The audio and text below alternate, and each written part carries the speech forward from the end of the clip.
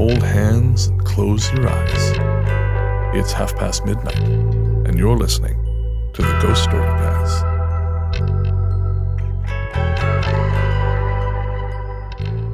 Hello, and welcome to LukeLore, a companion piece to the Ghost Story Guys podcast where I share some of the folklore surrounding the stories the main episodes tell. Today I'll be taking a look at Australian folklore as a companion piece to episode 28, The Haunting of Western Australia. That's not a ghost, this is a ghost. As what should be a surprise to no one, Australia can be a little bit different to everywhere else when it comes to folklore. Australia is just kind of like that. Everything is more terrifying down under. It's worth noting that Australia is such a vast, unusual and frequently inhospitable country that over the years, many Australian cryptids turned out to be scientific fact. The duck-billed platypus was famously assumed to be a joke report from the colonies for some time back when the British were first establishing a foothold. If anything in Australian folklore turned out to be real, it wouldn't be much of a surprise. Except for the Yarama Yahoo. Even for nature being set to hard mode, that's a bit much, but I'm saving them for last today. The Australian version of Bigfoot is the Yowie, with mention of the Yahoos or the Yowies quite simply meaning hairy men. There have been loads of reported sightings and they go back a long way. And I mean a long way. This isn't a fad for chasing Bigfoot that bled into the continent from pop culture. The Aboriginal tribes have a long oral tradition surrounding these creatures. The earliest official sighting appears to be made in Sydney in 1789, and the stories come from all over Australia. In some places the Yowie is a giant between 6 and 10 feet tall. Notably aggressive towards humans, they have clawed talons and are supposedly weighing up to 1,000 pounds. Other regions have stories of 4 to 5 foot tall hairy tribes of non-humans though, so there could be multiple Yowie tribes across the continent. The first official sighting being in Sydney tracks quite well with Aboriginal stories, as the tribe hysterically from the Sydney Harbour area claim they coexisted with another non-human tribe there, and nearby cave art does show the giant hairy other tribe of Yowies. The 1789 report was only a single year after the arrival of the first fleet in Sydney Cove.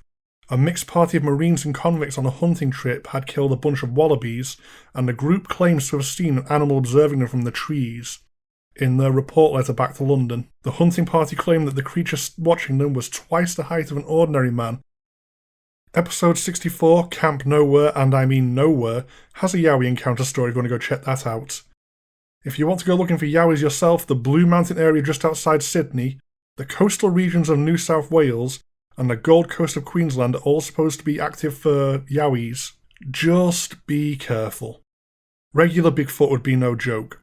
This is Australian bigger and badder Bigfoot. Nature in Australia has judged humankind to be unworthy, and it is more than happy to do something permanent about us if we're getting uppity.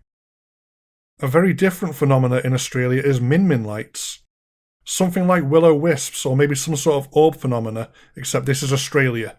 The dial for weird in Australia starts at 11 and only goes weirder. These lights aren't happy to just blink tantalisingly in the distance or only show up on cameras after the fact.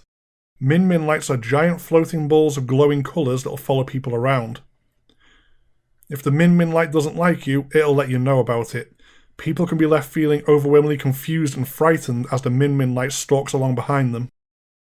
Min-min light encounters are so common in parts of Australia that local councils have to put up warning signs so people driving along at night aren't caught by surprise and total their cars. Some Aboriginal tribes believe that min-min lights are the souls of elders still watching over the land, tying them in somewhat to current orb phenomena theories. There are also plenty of stories of them leading travellers astray by distracting them and setting them on the wrong path, which lends to the idea they may be a bigger cousin of the will-o-wisps. Stories of min-min lights are so common that some scientific studies accept them as a given reality and are just trying to work out what the scientific cause behind them is. Suggested causes include mirages, atmospheric disturbances, and bioluminescent animals covering anything from giant glowing bugs to glow-in-the-dark owls. Personally, I'd be very okay if this turned out to be glow-in-the-dark owls, because that's awesome and I would want one. But I keep getting caught up on how the min-min lights make people feel. Especially the stories of them making Aboriginal tribe members feeling unnaturally frightened. The Aboriginal Australians. They survived Australia with little more than sticks and a can-do attitude for a long time, and Australia has a shrub called the Gympie Gympie, which is basically a super nettle so painful, people and animals kill themselves to escape the pain, and that's just the plant life over there. I don't think a regular weird glow-in-the-dark is going to faze them much. Although, if anyone can hook me up with a glow-in-the-dark owl, that would be ace. I've saved a great one for last, definitely a personal favourite. If anyone follows me around as I turn up on other podcasts, which is pretty rare but can happen, on the Right Track podcast, episode 4, Count Dracula, I shared the story of an Aboriginal Australian vampire called the Yaramayahu. This is from the forests of the Pacific coast and seems in line with cautionary folktales aimed at keeping children safe. But this is Australia. As such, the Australian vampire is somewhat different compared to the rest of the world. The Yaramayahu looks like a 4-foot-tall frog covered in reddish-brown hair, with a huge mouth that can unhinge its jaw like a snake. It drinks blood from suckers in its fingers and toes, so it'll drop on people from a tree and latch onto them, feeding off them until they faint. They're stronger than the strongest man, great climbers, and prefer feeding on children, but they can only waddle as they walk along the ground, a bit like a cockatoo. Once a victim passes out from blood loss, it'll then swallow them whole, going through a process of swallowing and spitting up the victim in between taking naps. The second time it spits a victim up, they get shorter and lose all their own body hair. The third time the victim gets even shorter and becomes covered in thick reddish-brown hair. Eventually, the victim will become a new Yaramayahu. If you play dead when you're spat up though, the Yaramayahu has to follow a ritual it isn't allowed to cheat on, or the spirits of the fig trees will punish them, turning the monster into tree mushrooms. First, it walks 5 paces away before returning to poke the victim's side with a stick. Then 10 paces before tickling them with a stick. Then 50 yards, followed by more tickling.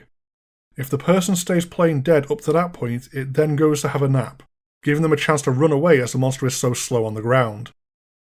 The Yaramayahu will call, "Where have you gone, my victim?" and try to chase, but they are easy to escape.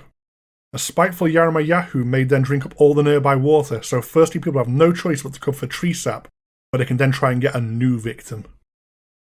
Although ending on a pretty unusual high note, this is far from everything in Australia. I didn't have time to look at some of the big cat sightings. There's been a recent press fad over there for trying to find a living T-Rex-like creature. I didn't get into the Aboriginal dream world folklore, and there's always so much more than a bite-sized show like this can cover all in one sitting. If the main show heads back over to Australia, then so shall I, so bug Ian and Brennan if that sounds like something you want to hear more on. That's all for LukeLore this time. Next LukeLore should be a return to furries as I shine a spotlight on selkies and kelpies, digging into the elemental fae of the water. If you're interested in seeing what else I have to say about vampires, the Right Track, right as in writing, is pretty easy to find, and it was episode 4, Count Dracula, that I was on. I may do a special Vampires LukeLore someday, but it's not really something I prioritise as the main show hasn't done vampires, but let me know what you think. I always enjoy getting feedback and will always happily take on any suggested folklore topics. Follow us on Patreon Get This Early, so check out patreon.com/ghoststoryguys for that and plenty more cool stuff if you want to support us directly, but as ever, just listening is plenty of support in and of itself. I hope you enjoy my companion show, and please feel free to reach out to either the show or myself directly via email, social media if you have any questions, feedback, or requests for LukeLore. The show email is ghoststoryguys@gmail.com, and I am Luke Greensmith on both Twitter and Facebook. We also have a very active Instagram account full of things just for fun, but also you get some news and peeks behind the scenes on there. Goodbye for now.